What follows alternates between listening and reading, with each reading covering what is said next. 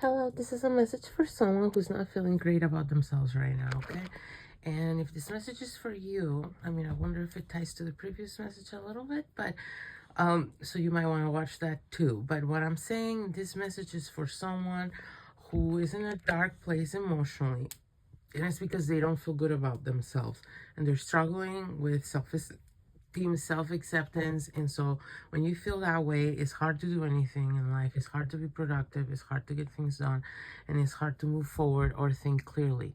I'm getting a very specific message that you have to invest in yourself love and self-care. Okay, if this message is for you, you're kind of in a tough spot, okay? Mentally, you're in a dark place mentally because you're looking at your past and yourself and your life, and I guess you're finding a lot of reasons to feel bad about yourself, feel bad about your choices, feel bad about the way you go about things, and you just basically like you're having trouble loving yourself. But it's beyond that, liking yourself, accepting yourself. Like you fucking might be hating yourself right now. Okay, so that's really hard, that really sucks, that's really tough. And I've been there, thankfully a long time ago. But when I was a teenager, I struggled with that a lot. And it's a horrible, horrible dark place to be. And so I understand. But the message that's coming through is that this is a pivotal moment in life where you need to choose yourself. Whoever I'm speaking to, you're at a crossroads right now. And if you don't make the right choice, things will get worse for you. But if you make the right choice, things will get better. Okay, so it's a very crossroads moment. I'm here to clarify to you your choices because you seem to be confused if this message is for you. There's only really two choices you have, and you may have convinced yourself that you have a lot of choices or something, because I'm getting someone overwhelmed by the possibilities and just sort of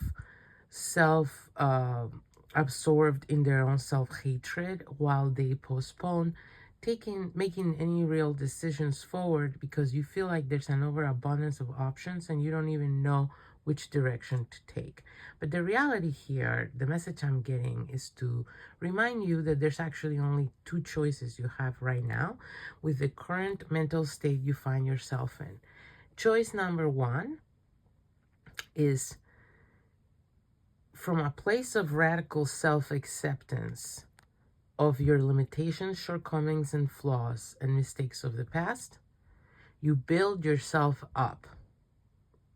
You choose to love yourself unconditionally with zero denial. So you see yourself for who you are and you choose to love yourself anyway and build yourself up while holding yourself truly accountable. Okay? And your other option is to try and avoid these realizations because they're so painful. So keep them at arm's length, instead of go deep into them, deep into acknowledging and integrating so you can move on. You can also keep them at arm's length, distract yourself, and dwell in a state of self-hatred and try and regulate that. What I'm getting is you might be a little bit going in that direction right now. So then you might be a person who uses things, people, relationships, substances, distractions to try and modulate this self-hatred to not be too overwhelming and not like, off yourself.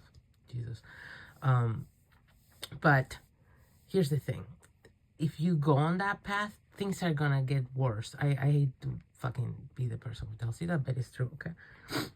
Things will get worse because God doesn't want you going in that direction. So it's gonna keep putting up walls and it's gonna keep putting up mirrors on those walls.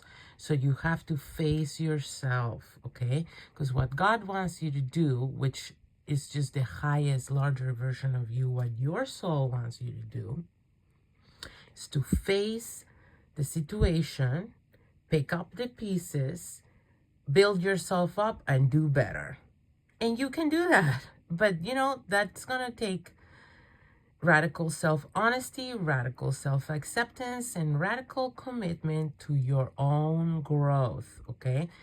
So instead of putting all this effort into distracting yourself and keeping this at arm's length, you have to put that effort into making yourself better, doing the kinds of, you have to build equity in your self-love account, okay?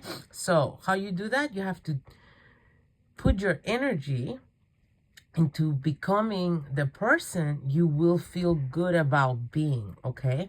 So do things, put your time in, your mind in, your energy into things that you feel good about doing, so you can build that self-esteem, so you can look at yourself and say, well, I'm doing A, B, C, and D, so I can feel good about that. That's me going in the right direction. That's me improving from this past version of myself that I was having so much trouble accepting.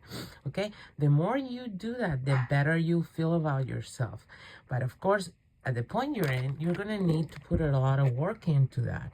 You're gonna have to be consistent. You're gonna have to be dedicated and committed to your personal growth, so you can start feeling better about yourself and leave this version of yourself that you've grown to hate so much in the past.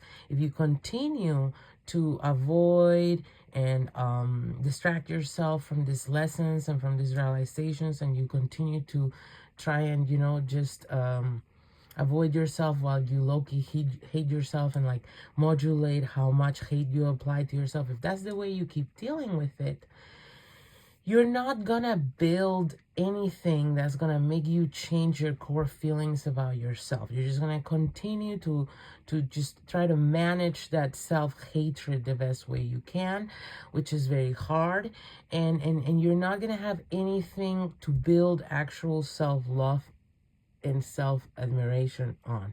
So again, you have to change where you're putting your attention, your energy into, and put it into things that will make you a version of yourself that you will feel better about. And that's the way you leave that old version of yourself in the past. Avoiding it, distractions, etc., only perpetuates that version of yourself.